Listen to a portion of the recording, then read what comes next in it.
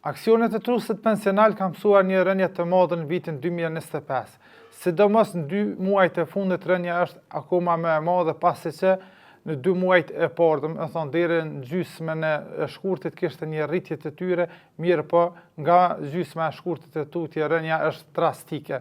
Më saktësisht vlera e tyre, vlera e aksioneve të trusit pensional të Kosovës ka rënë prej 31 dhjetorit për 147 milion euro. Pra, parat e qytetarëve të cilët nga pagat mujore ndohen për fondin e trusit pensional të Kosovës, më saktësisht për pensionin e tyre pas moshës 65 vjeçare, investohen nga ky fond në tregjet ndërkombëtare financiare. Në këto tregje ka pasur një rënje të madhe në 2 muajt e fundit, duke shkaktuar kështu edhe humbje të aksioneve të trusit pensional. Më saktësisht, nëse e krahasoj me datën 31 dhjetor, vlera e aksioneve të trusit pensional ishte 3 miliardë 131 milion euro, ndërsa me 4 prill vlera e tyre është 3 miliardë 34 milion euro, pra 147 milion euro ramje të vlerës së tyre.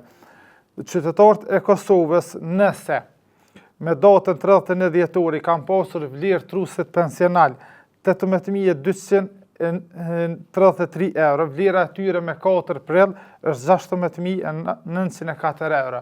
Pra ka mësuar një rënje të dukshme. Dikush mund të thotë se kjo rënje është për shkak se tregjet ndërkombëtare financiare pas ardhjes së Trumpit në pushtet ka mësuar komplet rënje edhe kjo afekton edhe investimet e fondit trusit pensional. Mirë po, duke pas parasysh faktin se këta zyrtarë, këta drejtues të trusit paguhen me pagat më të larta në Kosovë, prej taksapaguesve të Kosovës, atëherë këta llogaritën ekspert për të investuar aty ku duhet edhe ta përcjellin trendin e investimeve, ku duhet investojnë, kur duhet të dalin nga investimet për ata, edhe paguhen më së shumti në Kosovë, gjë që ata po përcjellin vetëm një trend. Kur po ka rritje në aspektin ndërkombëtar tregje financiare, vlera e fondeve të trusit pensional, pra të aksione po shkon të rrit.